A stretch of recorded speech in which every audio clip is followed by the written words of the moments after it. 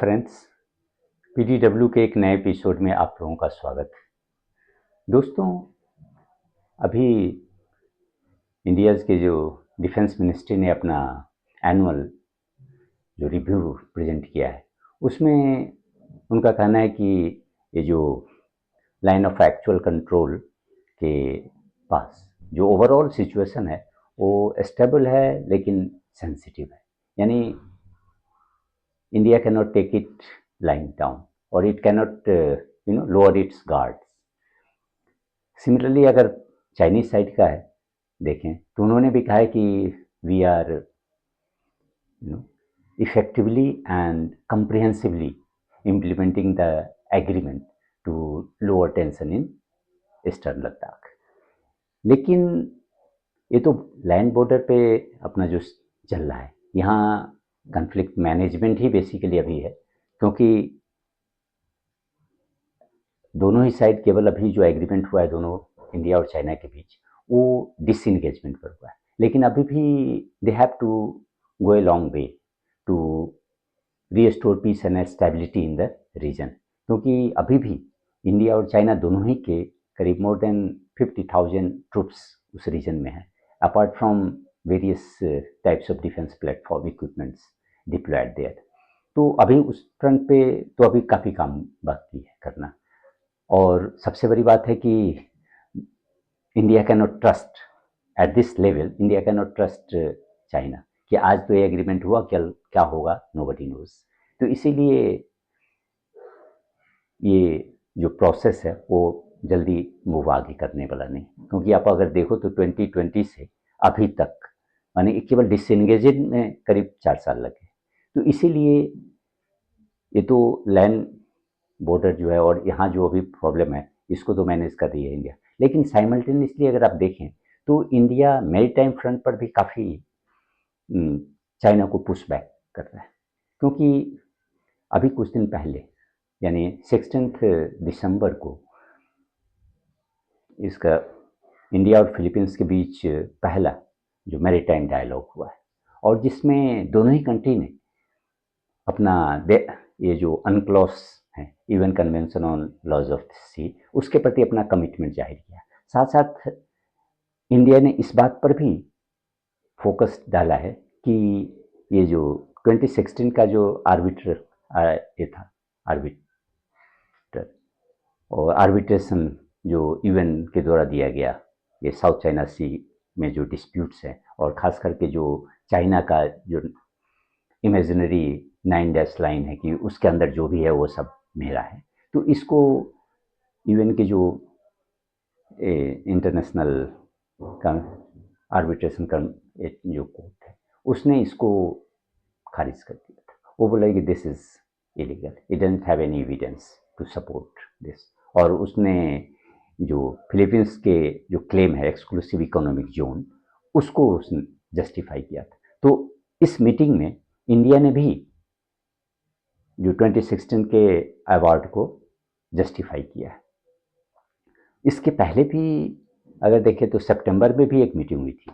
सितंबर में जो joint defence committee की मीटिंग हुई थी वहाँ भी, और ख़ास करके ज्वाइंट डिफेंस कमेटी की मीटिंग अभी तक जो हो रही थी वो ज्वाइंट सेक्रेटरी के लेवल, लेकिन now it has been pushed to the defence secretary level. तो इस तरह से आप देखें कि एक इंस्टीट्यूशनलाइज मैकेनिज्म भी स्टार्ट हो गया इंडिया और फिलीपींस के बीच जो डिफेंस कॉपरेशन को डीपेन करने के लिए।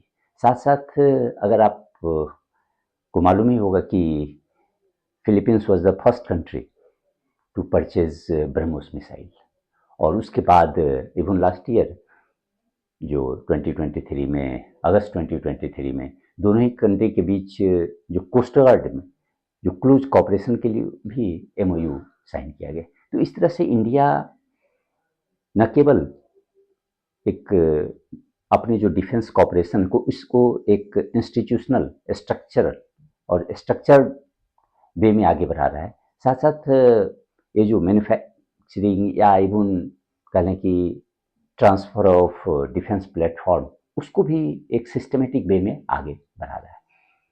तो इस तरह से अगर देखें कि इंडिया और फिलीपींस के बीच का जो रिलेशन है वो काफ़ी डीपेन हो रहा है। और ख़ास करके क्योंकि दोनों का जो शेयर्ड इंटरेस्ट है, दोनों का ही जो मैरीटाइम फोकस है वो चाइना सेंट्रिक है, उसके कंसर्न सारे चाइना सेंट्रिक है। क्योंकि इंडियन पॉइंट ऑफ व्यू से आप देखें तो जो चाइना की जो टू ओशन स्ट्रेटजी है उसमें वो साउथ चाइना सी और south China sea and east China sea को टारगेट कर रहा है, और दूसरी तरफ इंडियन ओशन को भी कर रहा है। क्योंकि साउथ चाइना सी में तो 9 डैश लाइन के तहत जो भी एरिया है ऑलमोस्ट 90 मोर देन 90% जो साउथ चाइना सी का एरिया है वो चाइना क्लेम कर रहा है, और ग्रेजुअली वो इस पे आगे भी बढ़ रहा है। और मजे की बात है कि उसमें वो इकट्ठे किसी से बात नहीं करता, वो इंडिविजुअली कंट्री को टारगेट करता है। जैसे अभी अगर देखें तो कई महीनों से सारा फोकस फिलीपींस पे, पहले होता था कि ये जो सेकेंड थॉमस सोल है उस पर वो पॉइंट ऑफ कंटेंस था, लेकिन अब वहां से है कि स्कारबरो एंड सवीना सोल, यहाँ जो सारा टेंशन सिमट कर रह गया है। तो इस तरह से देखें कि साउथ चाइना सी में तो चाइना का फोकस है ही, लेकिन इंडियन ओशन में भी सिस्टमेटिकली चाइना अपना पाव फैला रहा है। सबसे पहले तो जिबूती में इसने अपना नेवल बेस एस्टेब्लिश किया। उसके बाद अगर देखें कि ये जो इंडिया के जो नेबरिंग कंट्रीज हैं उन समूह के साथ अपने जो स्ट्रिंग ऑफ पर्ल्स पॉलिसी उसको इम्प्लीमेंट किया। यानी ये सारे जो जैसे आप देख लें बांग्लादेश, म्यांमार, श्रीलंका, पाकिस्तान, सभी इन सारे कंट्रीजों में किसी न किसी पोर्ट, कहीं ना कहीं एक पोर्ट को डेवलप कर रहा है। जैसे ग्वादर पोर्ट है पाकिस्तान में, बांग्लादेश में चट्टोग्राम है, उसी तरह श्रीलंका में हुवनटोटा पोर्ट है। तो इस तरह से आप देखें कि हर जगह चाइना, और ग्रेजुअली होता है कि पोर्ट डेवलप करने के बाद वो that is followed by military naval port call. तो उसके बहाने होता तो है कि हम जस्ट एक making a port call to any country, that is very peace time operations, लेकिन उसके तहत ये जो अपने स्पाई शिप को भी भेज देते हैं, रिसर्च शिप को भी भेजेंगे, माने डिफरेंट वो एक फ्रंट होगा और एक स्टेटेड ऑब्जेक्टिव होगी कि it is just a port call for replacement replenishment. और लेकिन इसके पीछे बहुत सारे उसके अपने प्रोजेक्ट होते हैं। अभी भी आप अगर देखें तो ग्वादर में तो इसने पोर्ट डेवलप किया चाइना ने, लेकिन अब वो पाकिस्तान पर प्रेशर डाल रहा है कि भाई हमें यहाँ नेवल बेस बनाने दो और you should give it on a longer lease basis पे। लेकिन पाकिस्तान भी अपना गेम खेल रहा है, वो चाइना को भी कह रहा है कि हाँ ठीक है हमें कोई प्रॉब्लम नहीं है, we can give you naval base there, लेकिन हमें आप हेल्प करो कि हमारा जो सेकेंड स्ट्राइक न्यूक्लियर कैपेबिलिटी है वो डेवलप करने में मदद करो। लेकिन अभी तो चाइना इसको रिफ्यूज कर रहा है। China is not ready to give that because China has to you know abide by various international agreements। तो ऑलरेडी चाइना और यूएस में एक स्ट्रेटजिक राइवलरी चल रही है, और जिसके कारण China is feeling the pressure. तो अभी चाइना इसके लिए तैयार नहीं, माने it is negotiating with Pakistan but not on this issue on, क्योंकि अभी इमीडिएट तो वहाँ सिक्योरिटी का बायलैटरल सिक्योरिटी मैकेनिज्म एस्टेब्लिश करना चाह रहा है, जिसमें क्योंकि अगर आप देखें तो almost frequently Chinese nationals are being targeted there। तो इसके लिए वो चाइना माने जो पाकिस्तान की जो सिक्योरिटी मैकेनिज्म है उससे सेटिस्फाइड नहीं, वो चाह रहा है कि भाई हमें आप अपने जो सिक्योरिटी पर्सनल हैं उसको डिप्लॉय करने दो। तो इस तरह से आप देखो कि चाइना अपनी जो स्ट्रिंग ऑफ पोल्स स्ट्रेटजी के तहत इंडिया के चारों तरफ पोर्ट डेवलपमेंट का काम कर रहा है। साथ ही साथ अगर आप देखें तो सूडान और केनिया, यूएई, इन सब जगहों पर भी उस टर्मिनल डेवलपमेंट करने का प्रोजेक्ट ले रहा है। तो इस तरह से लॉन्गर टर्म में आप देखें तो चाइना का जो स्ट्रेटजी वो स्पष्ट दिख रहा है कि it wants to spread its wings in the entire region, और उसके तहत ये दोनों ही जो साउथ चाइना सी है और ये इंडियन ओशन दोनों ही जगह अपनी प्रेजेंस को स्ट्रेंथन कर रहा है। लेकिन इंडिया इसको जस्ट काउंटर करने के लिए अपने जो लिटोरल कंट्रीज हैं, जो भी जैसे मालदीव्स है, सेशल्स है, मॉरिशस है, इन समूह के साथ जो अपने जो फ्रेमवर्क हैं उसको तो स्ट्रेंथन कर ही रहा है, लेकिन साथ साथ ये साउथ चाइना सी में भी अपनी पकड़ मजबूत कर रहा है। वहाँ भी जो चाइना की जो नेबरिंग कंट्रीज है या चाइना के जो कहने की राइवल्स हैं साउथ चाइना सी में, जैसे आपका वियतनाम है, फिलीपींस है, मलेशिया है, इंडोनेशिया है, क्योंकि सबों को ये जो टेरिटोरियल डिस्प्यूट है चाइना के साथ, क्योंकि सबों के कोई ना कोई आइलैंड है जिसको वो क्लेम कर रहा है अपने जो 9 डैश लाइन के तहत। तो इस तरह से आप देखें कि लेकिन उसमें इंडिया ऑलरेडी सिस्टमेटिकली आगे बढ़ रहा है, क्योंकि एक तो हमने बताया कि फिलीपींस के साथ किस तरह से इंस्टीट्यूशनल स्ट्रक्चर डेवलप कर रहा है, दूसरी तरफ जो मिलिट्री इक्विपमेंट है वो भी सेल फिलीपींस को साथ किया है, क्योंकि अभी तक होता था कि इंडिया इस दिशा में आगे नहीं बढ़ रहा था, लेकिन अब लग रहा है कि India has said its inhibition to strengthen defence cooperation with all these South East Asian countries. और इसी से आप अगर देखें तो इवन क्वाड्रिलेटरल सिक्योरिटी का जो क्लेब है क्वाड, उसमें इंडिया का हमेशा जो रहता है कि भाई ये it should be political platform. It should not be converted into a defense grouping or something. लेकिन अगर आप देखें तो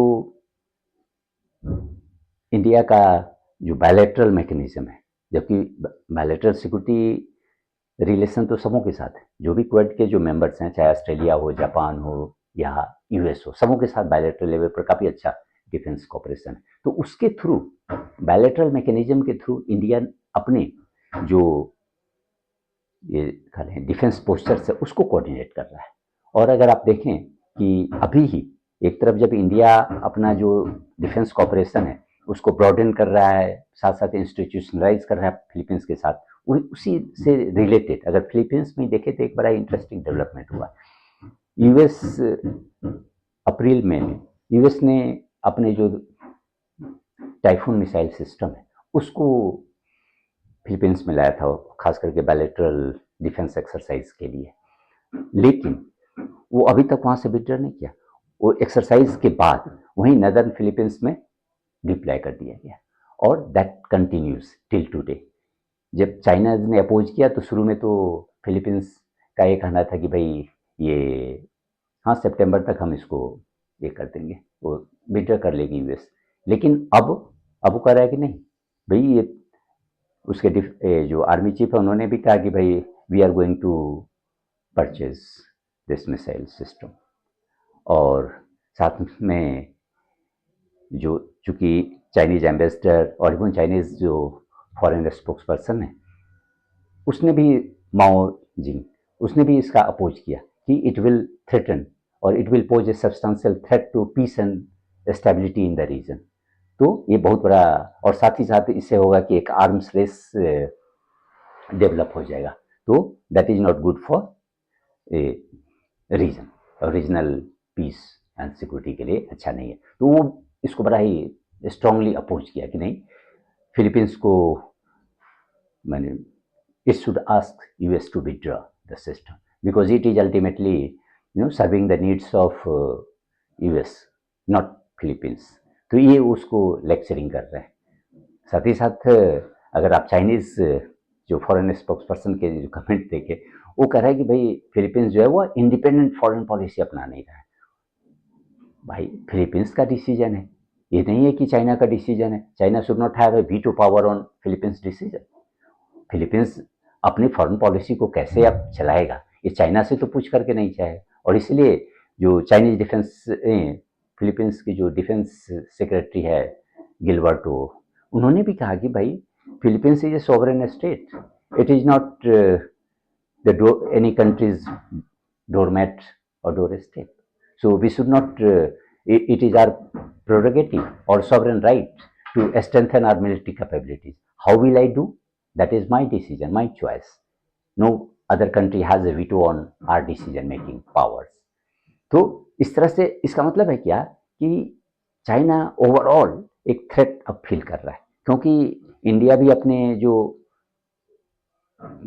डिफेंस कॉपरेशन है ये सारे जो साउथ एशियन कंट्रीज हैं उनके साथ बढ़ा रहा है। दूसरी तरफ यूएस, जापान, इवन ऑस्ट्रेलिया, वो अलग एक डिफरेंट मैकेनिज्म के तहत वो अपना जो प्रेजेंस है वो साउथ चाइना सी में स्ट्रेंथन कर रहा है। क्योंकि अगर बिगिनिंग में आप देखें तो आज से ऑलमोस्ट ए डिकेड पहले तो चाइना ने को मौका मिल गया, क्योंकि यूएस जो है वहाँ उस पर ध्यान ही नहीं दे रहा था। यूएस की पॉलिसी माने ऑलमोस्ट एंटी चाइना या इवन उस पर फोकस नहीं थी कि चाइना किस तरह से अपने जो नेबरिंग कंट्रीज को थ्रेटन कर रहा है और इवन एग्रेसिव जो मैन्यूवरिंग कर रहा है, मिलिट्री पोस्चरिंग, वो उसको वो काउंटर नहीं कर रहा था। They were just making a statement. Now after Trump government came to power during the first term, उसके बाद कह लें कि यूएस की पॉलिसी में चेंज आया है। अब है कि ट्रम्प एडमिनिस्ट्रेशन भी अब जो सेकेंड 20 जनवरी को संभालेगी अपना पावर, तो उसके बाद एक कह लें कि सारा फोकस शिफ्ट हो जाएगा इंडो पैसिफिक स्ट्रेटजी पे, क्योंकि ट्रम्प एडमिनिस्ट्रेशन का फोकस होगा कि भाई ये जो यूक्रेन में और गाजा में जो वार चल रहा है इसको रैप अप करें और उसके बाद अपने जो सारे रिसोर्सेज हैं या इवन सारा फोकस है वो इंडो पैसिफिक पर करें, ताकि जो चाइनीज का जो ग्रोइंग जो मिलिट्री पोस्चर है या एग्रेसिव जो इसके पोस्चरिंग है उसको काउंटर किया जा सके। और इसीलिए वो चाइना को भी अभी इसका प्रेशर फील हो रहा है। और इनफैक्ट ये देख लें कि इंडिया डायरेक्टली तो कोऑर्डिनेट नहीं कर रहा है, लेकिन इनडायरेक्टली सारे जो क्वाड मेंबर्स हैं वो अपनी स्ट्रेटजी को एक वेल कोऑर्डिनेटेड वे में ही आगे बढ़ा रहे हैं।